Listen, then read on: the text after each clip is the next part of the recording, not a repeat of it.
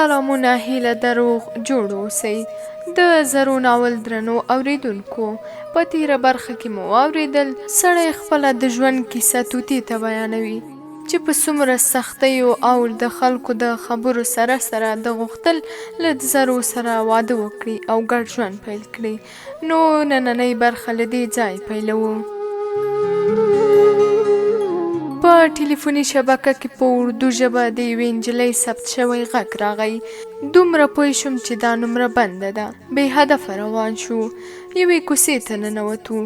زرو ته مې وکتل. ستړې ښکارېدله. پر خولې شوي تندي پورې تور ویښته سریښ ول. د یوې وړې هدیرې پر غاړه د ګڼو ونو سیوري ته کېناستو. چوپه چوپتیا وه. کله کله به له مخامخ واړه جومات ته په یوه غږ د قرآن شریف تلاوت راغی. زرو په غریو کې وویل. هېڅ مې هم نه و ورته ویلي خو پوه شوه. ومې ویل څوک په څه؟ سړه ساه یې وویسته. د ملګري مور دې اول ښه وه. فکر یې کړی و چې زه ستا کډه یم خو وروسته شک ور ولید. پوښتنې یې شروع کړې. پوه شوه. سهار یې راته وویل چې که ته مرداره نه وی له پردي سړي سره به نه راتښتېدې. غلې شوه. سر یې پر زنګنو ولګاوه. جومات ته مې وکتل. ومې ویل له دې خبرو باید خلاص شو. نیغ یې راته وکتل. په غومبورو کې سرخي پیدا شوه. سر یې وځړېد. له سترګو یې پوه شوم چې زما د خبرې په معنا پوهېدلې ده. جومات ته ورغلم. ملا صاحب ماشومان ته قرآن شریف وایه. یوه شېبه ودرېدم. د ملا را پام شو. راغی. ورته ومې ویل چې نکاح تړم. ملا په حیرانۍ راته وکتل. د هدیرې خواته مې اشاره وکړه. زرو د ونې سیوري ته ناسته وه. ملا وویل مړه خپل پردي لرې که هسې راغلي یاست. غلی وم. ملا وخندل. ښه ټیک ده. په شریعت کې عیب نشته. هله نو مړه څه خواږه خو راوړه. شاهدان به زه درته پیدا کم. روان شوم. ملا په خندا راپسې غږ کړ خو ګوره لږ نوره خرچه مرچه هم در باندې راځي. دوکان نږدې و. کلچې کیک او نور خواږه مې راواخیستل. زرو ته راغلم. هغه مې تر لاس ونیوله. د جومات په چوتره کې کېناستو. ملا دوه له عمره غټ طالبان راوستل. نکاح ساده وه. د منلو او نه منلو نخرې یې نه درلودې. دواړه هو کړه. کلچې او نور خواږه یې پر وړو طالبانو وویشل. 1200 کلدارې شیرني یې وړه خلاص. له جوماته راووتو. یوه هوټل ته ورغلو. د کرایې کوټې یې درلودې خو پاسپورتونه شرط ول. بل ادرس مې وموند. کوټه یې نه راکوله خو د پیسو ډېرې دا چوپه خوله کړ. کیلي مې ترې راواخیسته. په کوټه کې 2 نفره کټ و خو زرو پر ځمکه پرېوته. د شپې تر ناوخته یې ژړل. سهار وختي د موټرو اډې ته راغلو. 8 بجې په جلال آباد کې وو. ماښام د نورستان مرکز ته ورسېدو. ښار کوچنی و. د ترور کور مې په یوه ټلیفون وموند. ورغلو. ترور مې غېږه راکړه خو زرو ته یې په کرکه وکتل. مخامخ یې ورته وویل چې زما وراره دې په بدۍ اخته کړ. ماسخوتن مې د ترور خاوند راغی. ستړي مشي یې سړه وه. له خبرو یې وپوهېدم چې زما او د زرو د تېښتې خبره چا په ټلیفون کې ورته کړې وه. تر ډوډۍ وروسته یې نصیحت راواخیست. ویل یې چې له دې نجلۍ تېر شه. لنډ مې وپوهاوه چې خبره خلاصه ده. له زرو سره مې واده کړی. د ترور خاوند مې نجاري کوله. 6 کاله مخکې نورستان ته په کار پسې راغلی و. همدلته یې نجاري وموندله. کار یې ښه و. کور یې ور وغوښت. پاخه یې واړول. دوی په یوه کرایي کور کې اوسېدل. کور تنګ و. 3 کوټې یې درلودې. دروازې ته نږدې کوټه یې د مېلمنو کوټه بلله. په پاتې 2 کوټو کې مې ترور او د هغې مشر زوی ته تازه راواده کړې ناوې اوسېدله. ترور مې له عمره پخه ښځه وه. 3 زامن یې درلودل. مشر یې په جلال آباد کې پوهنتون وایه. 2 نور یې په 12م صنف کې ول. زه به د مېلمنو په کوټه کې له 2 ترورزیانو سره ویدېدم. دوی به له خپل پلار سره ماښام تیاره کور ته راتلل. تر غرمې مکتب وایه. پاتې وخت به د نجارۍ په دکان کې ول. په 2 ورځو کې مې زرو ونه لیده. کور ته نه ورتلم. له تازه راواده کړې ناوې حیا راته درېده. بس یوازې یو ځل د باندې وتم. ټوټه مې راواخیسته. خیاط ته مې وویل چې همدا یو جوړ جامې لرم. تر ماښامه یې راته وګنډه. ډېر وخت به مې د کتابونو په لوستو تېروه. په کوټه کې وړه المارۍ وه. ګڼ کتابونه پکې ایښي ول. پر دیوال ښکاري ټوپک له چرمي کاش سره راځړېده. له بېکارۍ به مې کله کله په کاش کې ټومبلې کارتوس شمېرل. پوره 10 دانې ول. یوازیتوب مې زړه خوړ. په درېیمه ورځ د ترور له خاوند سره د نجارۍ دکان ته لاړم. تر غرمې مې کار وکړ. ستړی شوم. د ځنګله د چهار تراشو تراشلو زور غوښت، خو په دوهمه ورځ مې لاس سم چلیده. تر ماښامه مې سلامت ور جوړ کړ. په پنځمه ورځ مې د ترور یو زوی کار ته رانغی. ورور یې ویل چې ناروغ و. مازدیګر مې په سر درد شو. کور ته وخته لاړم. د مېلمنو په کوټه کې پرېوتم. ترور مې چای راوړ. ستړې وه. ویلې چې ټوله ورځ یې جامې پرېمینځلې. بېرته له کوټې ووته. زرو راغله. ژړل یې. په بیړه مې وویل ولې؟ هماغسې ژړل. ومې ویل ترور مې څه درته ویلي؟ نه وې نه. نو څه ټکه را پرېوتې ده؟ ژړا یې زور ونیو. له دې ځایه ځو. ومې ویل څه خبره ده؟ نشم درته ویلی. تر مټ مې ونیوله. سپینه خبره وکړه. سر یې وځړېد. ترور او د ترور ناوې دې په حویلۍ کې جامې وینځلې. ما کوټه جارو کوله. د ترور زوی دې راغی. غېږه یې رانه وګرځوله. پورې مې واهه. ورته مې وویل چې له کوټې ووځه که نه نو چغې وهم. ګړندي ګامونه یې واخیستل، خو په وره کې یې نوک ونیو. راته ویې ویل چې دومره ځان پاک مه ښیه. که مرداره نه وای نو له کامران سره به نه وای راتښتېدلې. په زړه کې مې اور بل شو. د زرو سر مې په خپل ټټر پورې ولګاوه. ومې ویل سمه ده، خو بس دا یوه شپه صبر وکړه. سهار په خړه کې به له دې ځایه ځو. ماسخوتن مې د ترور زوی ونه لید.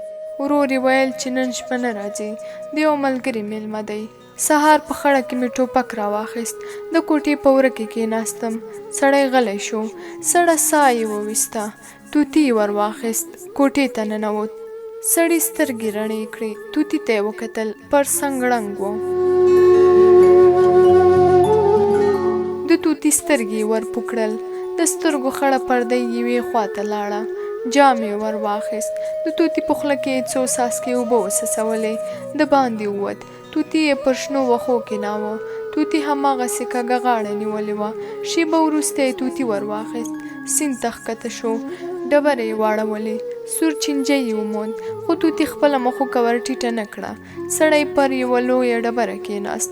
توتي یې خپلو سترګو ته ونیوه. په خواره خوله یې وویل خیر دی مه مره. ویې ټوخل. خولې ته یې لاس ونیو. ورغوي ته یې وکتل. د وینو سره څاڅکې پرې ښکارېدل. سړي خپل لاس په اوبو کې وواهه. بېرته پر ډبره کېناست. غري واخیست. د زرو کیسه به چاته کوم؟ سړي پورته وکتل. د سهارني لمر وړانګې مخامخ شنه غره ته سیخې وې. ونو ژېړه لمبه کوله. سر یې وځړېد. توتي ته یې وکتل. په خوند یې وویل ښه دې وکړل، چینجی به دې سترګې رڼې کړي. توتي یې ور واخیست. غره ته وخت. تر ونې لاندې د تېر کال لوېدلي چهارمغز ور ټول کړل. ډبره یې ورته ونیوله. په ډکه خوله یې وویل اوړی ښه و. رنګارنګ میوې پیدا کېدلې، خو ژمی مې ټول د ماهیانو په غوښو تېر کړی. پوهېږې زرو مختلف سابه پېژندل. زما یې یوازې دو او دریو نومونه زده دي: سارمۍ، شلخي، شیزي. بس همدومره. یو دم ولاړ شو. څو ګامه یې واخیستل. له ځمکې په خټو لړلی شین کاغذ ور پورته کړ. شونډې پرې کېښودې. بېرته خپل ځای ته راغی. خپله بټه ګوته یې پر کاغذ تېره کړه. ویې ویل د زرو همدا ژاولې خوښېدلې. غره ته مې سلامت کارتن ورته راوړ. غلی شو. سوړه سویلی یې وایست. پر دې کاغذ د زرو ګوتې لګېدلې دي. اوږد وغځېد. سترګې یې پټې کړې. ویې ویل د ترور له کوره خړ سهار راووتو. د بازار شمال لوري ته غځېدلې دره مو په مخه ورکړه. ځای ځای به د غره په ډډه کې څو کورونه په مخه راغلل. څومره به چې پورته تلو ونې ډېرېدلې. یو ځای کېناستو. زرو وویل چېرته ځو؟ ومې ویل نه پوهېږم. تر ډېره غلی و. بیا یې په غریو کې وویل داسې ځای نشته چې هلته انسانان نه وي. غرمه یوه کوچني کلي ته ورسېدو. زرو د سیند پر غاړه راته کېناسته.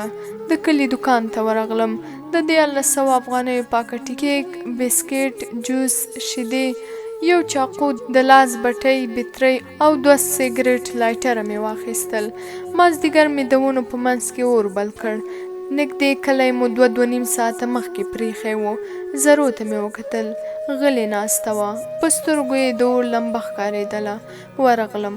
تر څنګ یې کېناستم. په خوابدي غږ یې وویل په کور کې به څه حال وي؟ ومې ویل نور په دې خبرو پسې مه ګرځه. غلې وه. ومې ویل پښېمانه یې؟ سر یې زما پر اوږه کېښود. نه. د زرو پښو ته مې وکتل. د ښۍ پښې پر بټه ګوته یې راختلې تڼاکه چاودېدلې وه. له خپل څادره مې وړه تراډه وایسته. ګوته مې ور وتړله. د هغې پلاستیکي څپلیو ته مې وکتل. ومې ویل پام مې نه و، که نه په دوکان کې زنانه بوټ هم خرڅېدل. زرو څه ونه ویل. ماسخوتن مې پر اور څو نور وچ لرګي هم کېښودل. زرو ته مې وکتل. سر یې پر تړلې غوټه ایښې وه. یوه خوا مخ او لوڅه غاړه یې رڼا ته سیخ ول. ښکلې ښکارېده. ورغلم. تر څنګ یې پرېوتم. څه یې ونه ویل. پورته مې وکتل. په ګڼو پاڼو کې یو نیم ستوری ځلېده. ورمېږ مې کوږ کړ. زرو ستونی ستاغ پرته وه. سترګې یې پټې وې. پر اړخ راواوښتم. ښی لاس مې د هغې پر ټټر کېښود. زګروی یې شو. کیڼه څنګله مې ځمکې ته سیخه کړه. مخ مې ورنږدې کړ. پر شونډو مې توده ساه ولګېده. زرو یو دم سترګې رڼې کړې. پورې یې وهلم. په ټیکري کې یې ځان وپېچه. کېناسته. تیزه تیزه ساه یې وهله. اور ته یې وچې سترګې نیولې وې. ولاړ شوم. د اور بلې غاړې ته مې د ټوپک پر کنداغ سر ولګاوه. څادر مې سترګو ته راکش کړ. پاو ووت. زرو ورو ورو ژړل. وروسته راغله. زما تر څنګ کېناسته. په ژړغوني غږ یې وویل خفه شوې؟ غلی وم. پر تندي یې لاس راکېښود. ومې ویل پوهېږم خو اوس نه. له زړه مې وینې څاڅي. مخ مې لوڅ کړ. د زرو پر لندو اننګیو کې د اور لمبې ښکارېدلې. سر یې زما پر ټټر کېښود. په غریو کې وویل د خدای روی ومنه. مه خفه کېږه ښه. څه مې ونه ویل. چوپه چوپتیا وه. کله کله به اور کې د پرتو لرګیو ټکا خته. وخت ووت. زرو هماغسې زما پر ټټر سر ایښی و. سترګې یې پټې وې. وړه وړه ساه یې اخیسته. یو دم مې سترګې رڼې کړې. سهار و. زرو پر مړو ایرو لرګي ایښودل. تیمم مې وواهه. د اسمان د یوې څنډې له رڼا مې قبله ومونده. ودرېدم. شېبه وروسته مې سلام وګرځاوه. زرو ته مې وکتل. لایټر یې نه شوی بلولی. ورغلم. اور مې بل کړ. په لمر ختو دواړه روان شو. څومره چې پورته تلو د ونو وهل شوي منډان کمېدل. تر غرمې مو مزل وکړ. آبادي نه وه. ماسپښین تر یوه غره واوښتو. لاندې سیند و. څپې یې په غوږونو ښې لګېدې. تر مازدیګره د سیند له څنډې سره مخ پورته وختو. بیا مو لار کږه کړه. ماښام مو د یوه ټیټ غره پر سر ساه ونیوله. همالته مو د ونو په منځ کې اور بل کړ. د شپې له زرو لرې پرېوتم. یو وخت مې تندی سوړ شو. سترګې مې رڼې کړې. سهار و. زما پر سر 100 متره پورته په ونه کې یو کارغه ناست و. زرو راته وکتل. له خندا شنه وه. په خندا کې څومره خوږه ښکارېدله. یو دم غلې شوه. بېرته یې پر غوټه سر کېښود. د څادر پیڅکه مې پر تندي تېره کړه. د کارغه چټلي وه. غرمه سپینو واورو ته نږدې شو. د غره په ډډه کې مو یو غار وموند. سړي سترګې رڼې کړې. توتي ته یې وکتل. ویې ویل هماغه غار چې ما ورته شپه پکې تېره کړه. بېرته یې سترګې پټې کړې. زرو خوشحاله وه. ویلې چې دا ځای ښه دی. که نور نه وي له انسانانو خو لرې یو. څوک خو به مرداره راته نه وایي. ماسپښین د باندې ووته. پاو وروسته بېرته راغله. له بوټو یې جارو جوړه کړې وه. د زرو په غوښتنه د باندې لاړم. د ثور میاشت وه. خو لا هم سوړ باد هډوکو ته رسېده.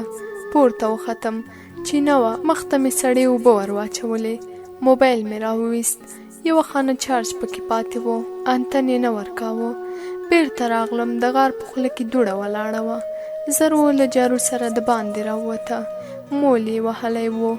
اوږده باڼه یې سپېرول. د زرو ناول درنو اورېدونکو، نهمه برخه مو همدلته پای ته رسېږي. تر بلې برخې تاسو په لوی خدای سپارو.